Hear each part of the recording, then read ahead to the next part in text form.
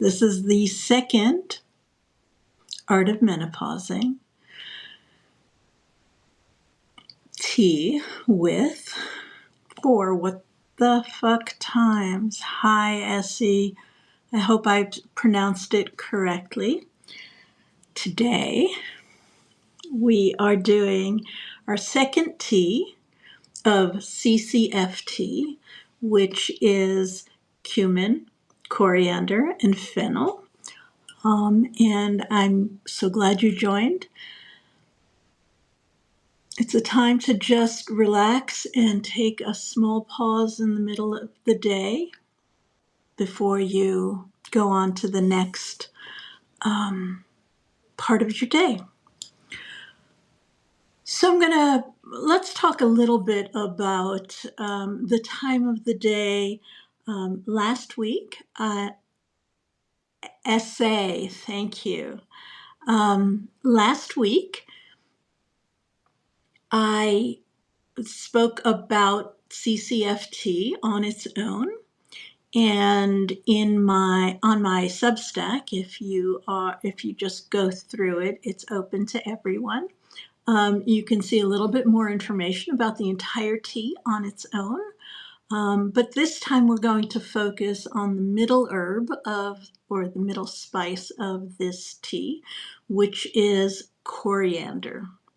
Before I even go there, and this, just so you know, this is only 15 minutes, not a whole lot of time, but enough to kind of just pause for the day. I hope you have a cup of tea where the next time you show up, should you decide to show up, we will do, you will have your own cup of tea to join in with me. So the time of day for me right now, I'm in Mountain Time. It's 2:00 in the afternoon, and this is just about the time when energy seems to drop. And why is that? And that's because from an Ayurvedic perspective, we're going from Pitta to Vata. And there's that liminal time where we need to pause during that. So what does that mean, Pitta to Vata? So Pitta is the energy to focus intently and intensely, and it is the energy to transform thoughts into actions or more thoughts and more projects. It loves challenges. The Vata energy is creative, like the wind. It is either moving or resting. It's like the unfocused, hyper type of focused energy, and it's either hyper-focused or completely unfocused. Spacey, you could even say. And that's the kind of energy you need to have for a new idea, to create something new, or to gain perspective. So during the middle of the day, when the sun is at its highest, and that changes for everyone, so I don't really want to say noon, and a lot of times you'll see Ayurvedic clocks that have specific times of day, but that really depends upon where and when you are, meaning, is it summer, is it winter, are you in the northern hemisphere, southern hemisphere, close to the equator? You get what I mean. So during the middle of the day, when the sun is at its highest, Pitta and the fire element reign. When the fire element is done, the air element arrives to disperse, redistribute, and eliminate whatever fire element has been transformed. Meaning, whatever the fire element transformed. So if you've done anything with fire, anything that touches fire, it's been changed somehow. And so this happens with absolutely everything, and we know it by heat or lack of heat. The air element isn't actually creating anything new. It's simply taking whatever is already there and moving it around. The pause between Pitta and Vata also happens seasonally from summer to fall and in midlife. So life is split into thirds. Our 30s and through 40s are squarely in Pitta time. And slowly Vata comes along until it starts to dominate or starts to be more, which is kind of hard to say with subtle elements, than Pitta. And that happens in our 50s, and it continues to rise all the way to the end of our lives. So back to that midday. Our biggest meal should coincide with when the sun is at its highest, because that's when we have most energy to fully digest heavier, larger meals. And the food isn't the only thing that we're digesting. We're digesting ideas, conversations, tasks, projects, news, history, anything that you can imagine. And in these what the fuck times, we are trying to, we're having indigestion. Let's put it that way. You know, we can't even digest all of the stuff that's happening, which is why we need to sit down, have some tea, and just pause for the next thing. The body during these times will always prioritize body stuff. It's not during these times. This is the nature of the body. The body wants to prioritize body stuff. The mind prioritizes mind stuff, and there's often a conflict. And we also have to understand that the energy is a quantity which is limited. So it can be regenerated, but there's only so much one has for use at any given time. Hi, Rhiannon, welcome. I'm in the middle of talking about why this time and what's happening during Vata and Pitta time. Haven't gotten into the tea yet, although I have been drinking, and I hope you have a cup of tea, whatever it is, for yourself. So this is why we pause at this time. We allow ourselves to reflect on what's needed with the amount of energy available at this juncture between Pitta and Vata, between the Pitta, the fire element, and the Vata element. Hi, Rosanna, welcome. I'm hoping you have some tea as well. If not, next time you can have some too. So, speaking of limited time and energy, I understand that sometimes boiling tea with spice seeds, as in this cumin, coriander, and fennel tea, so we're using full spices. They're the seed form. And it takes a lot of time because in order to get this golden color, that means that a lot of the nutrients have gone into the water, the water soluble, so we can drink these. So we ingest the nutrients.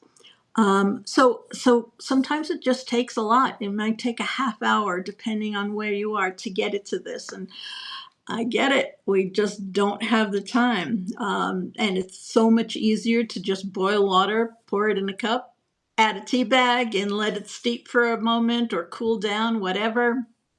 And then you got tea. So here's what you can do. And if you want the instructions on how to make CCF tea, you can go to my last post on this. It's free for everyone. There's no paywall. So here's what you can do. You can dry roast the seeds. So it's a third, and a third cumin, coriander, and fennel until there's some sort of an aroma. Now you want to start with the coriander, because that one will take longer to roast. Then you add the cumin and the fennel. I never know how to say cumin, whether it's cumin or cumin. I know how to say it in Hindi, and that's jeera, but in English, not so much. So coriander takes the longest to roast. You're going to want to let it cool, and then you grind it in a coffee grinder, store it in a jar, and then you can use it with a reusable tea bag or just let the powder steep in some boiling water, and that way you can have it almost instantaneously. So let's get to the actual herb. CCF tea, we are looking at coriander. Now, coriander is the sweetest of the three spices in CCF tea. The sweet taste, I'm going to put down this thing and just talk. You're going to see my hands going. The CCFT, the sweet taste is coming from the coriander. And the sweet taste provides the quickest usable type of energy we can have in any particular food. So we all have a distorted view of sweets because we've all been habituated to extremely sweetened foods, which are found in nature, but they're also processed. So once your palate becomes cleansed of hyper-sweetened foods, you'll find that when you bite into coriander seed, it has a sweet, almost flowery taste. Some people say maybe even citrus. So here's a fun fact. Coriander seeds come from the cilantro plant. And some people can't stand cilantro as it tastes like soap due to having the gene of OR6A2. Correct me if I'm wrong. And that gene is turned on. So I have yet to find anyone with the gene who detests coriander seeds. Let me know if you know someone or if you have the gene and you've tried coriander seed. I'd love to know how it tastes to you. I suspect that the seed may not taste as sweet for those people. And personal taste. Thank you, Rosanna. You like coriander seeds. Isn't that interesting? Because the plant has processed something out of it in order to create the seeds, which is really interesting. So thank you for confirming that. So personal tastes does not, no matter whether you have the gene or not, it doesn't affect the benefits or the quality of the coriander seed.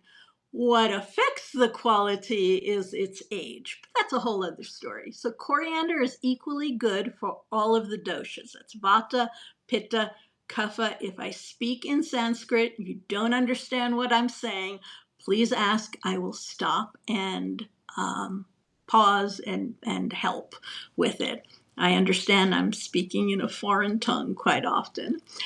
So the doshas of Vata, Pitta, and Kapha, the tastes of coriander, according to Ayurveda, is sweet, bitter, and pungent. Its overall effect on the body or digestion is its cooling. So this makes a lovely complement to the heating cumin in CCFT, which we covered last week.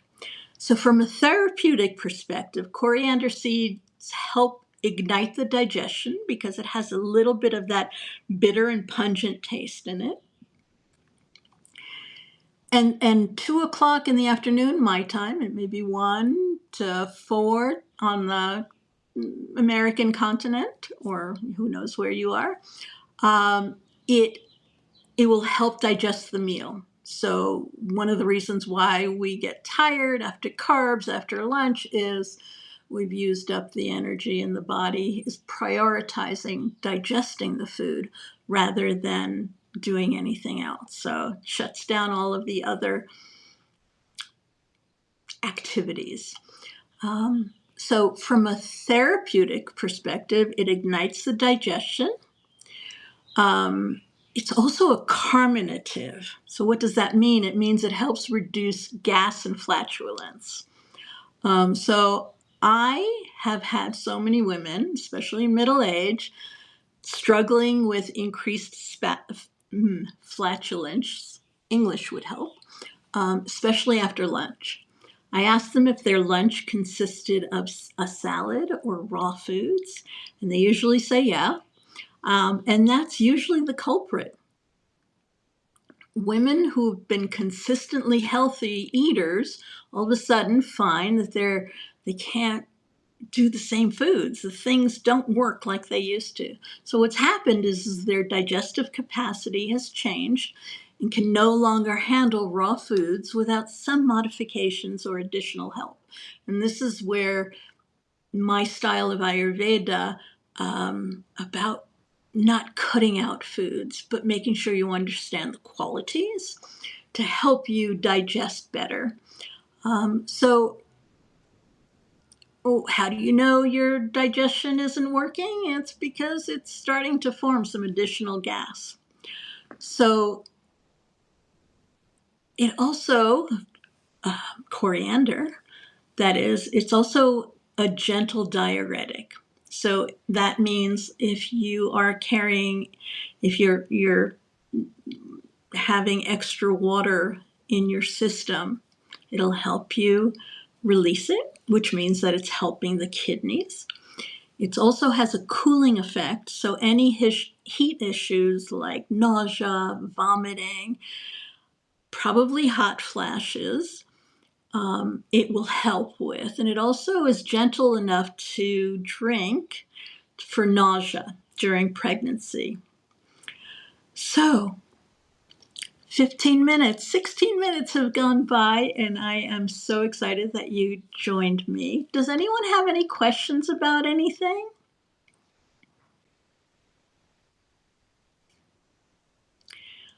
So if not, this live is going to be on my Substack. And if you subscribe, I always add some additional tips how to use this. How often do you? Okay, so you're talking about therapeutic. So I generally, this particular tea, which is tridoshic, um, you, if you drink it on a daily basis, you can drink like this size 2 to 3 times a day, and you'll start feeling some of its benefits. As far as doing the coriander, whenever we do food stuff, it depends on your, and I don't mean to be, wishy-washy. It depends on your constitution. It depends on your existing energetics and your existing underlying conditions. But if you can drink this up to 2 to 3 cups a day without it having yeah, thank you, Rosanna. We're all different, but you can, if you drank this, say about a half hour after you ate, after every meal, you'll be fine, and you should feel it within a day or two because your body is using it to process the foods. There are other herbs. These are all very gentle herbs, so it's going to take some time to do this. And I've also said that I use a third and a third and a third. So each of the herbs in it has a slightly different quality.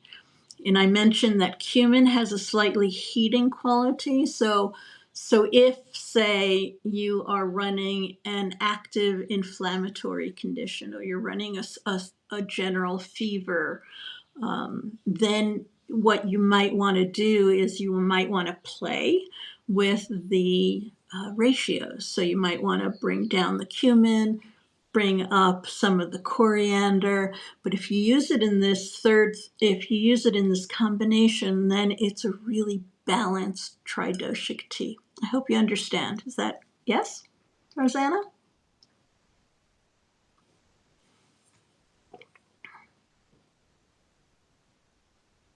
So there may be some sort of a delay. I am not sure.